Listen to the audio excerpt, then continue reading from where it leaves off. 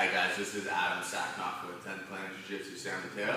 I'm just going to go over some attacks from side control. We're going to start out with an arm crush, and a kimura, then an inverted triangle.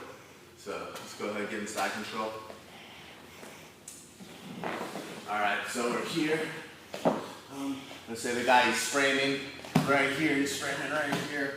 What I'm going to do is I'm just going to go ahead and I'm just going to address this. I'm going to V, and I'm going to V his elbow down. Now pay attention. Now this is where the guy's going to have his elbow. If he's good, he's going to be really framing on the hips, trying to create that space. You know, if I can, when we're trying to swim it on the inside, it's not always that easy. And you can still do this move.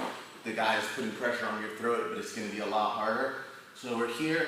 I'm just going to go ahead and I'm really going to push that down, and I'm pinning it with a V in my hand. I'm pinning his elbow with a V. Now I'm just going to go in. I'm just going to swing in right here. Now I'm going to go ahead and I'm going to replace my left ankle. My left ankle right now is trapping. My left ankle is pinning his elbow down. And now what I'm going to do is I'm just going to swim my right leg on the inside, and I can bring my left leg out. Now I'm here. I'm going to go ahead and I'm going to come up off of this knee. Boom, right here. I'm going to grab this arm, thread it through, right here, hold onto the wrist. Now check this out. In order for me to finish this move, a lot of people either do one of the two ways to finish it, but you have to combine them. So number one is you have to know how to drive your hips. So if you just drive forward like this, it's not going to work. Now the other step that you're going to have to do, and you have to be able to combine the two, is you have to be able to scoot your right knee back. So I scoot my right knee back, scoot it back, and now at the same time I drive my hips. But as I drive my hips, I'm not just going forward. I'm extending my lower body backwards at that same time. And then it taps.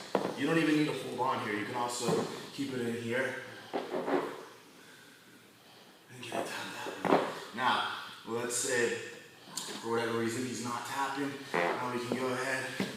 We can come up here, and notice how I'm using this grip on his shoulder to pull him up onto my side. We're here. I'm just going to come around with my left arm here. And after this entire time, I'm still pinning his bicep, his elbow, with my right leg, making it hard for him to lock his hands. Because if he's able to lock his hands, it's definitely still possible to finish it, but it's going to make it a lot harder. So I'm here. Grab that wrist. Here. Now check it out. Let's say the guy grabs his shorts. Well, what I like to do is I like to go ahead and I'm going to latch onto my own wrist, and I'm even pushing off of my wrist. So I'm not just here, I'm here. You feel the difference between this and this? All right, so what I'm going to do is I'm here, I'm grabbing onto my own wrist, and I'm just going to go ahead and I'm just going to push in, and at that same time I'm going to try and suck his elbow into my stomach, and I'm just going to explode upwards. Now, when you explode purely upwards from this position, you really aren't going to hurt the guy. You're going to, if you explode out to the side when you're taking the arm, that's how you're going to hurt the guy. So we can go ahead and we can explode upwards right here. And the guy, you're not going to hurt the guy's shoulder, but if we explode that way, you're going to hurt some guy. So we're here, boom, bring that in, push off here, and then go ahead, take that arm. Now, let's say maybe I just can't break the grip, so or whatever. What I'm going to do is I'm just going to try and sit back behind his head, and at that same time, I'm going to try and get the inner thigh underneath the back of his head. So we're here, right here. And notice how I keep my inner thigh underneath the back of his head. Now I'm going to hold on to my kimura, and I can just go ahead, scoot in right here, thread my leg through, here, lock it up, kimura. You can finish with the kimura. You can just squeeze, get the tap that way, or I'll go back. And we're right here. We're right here. He's grabbing your shorts. We don't even need to go for the inverted triangle. We can also just go for an arm bar. Here, here. 1, 2, here. Now, let's say we end up right here. Go ahead, flat on your back for me. Now, let's say he starts to grab his bicep. Right here.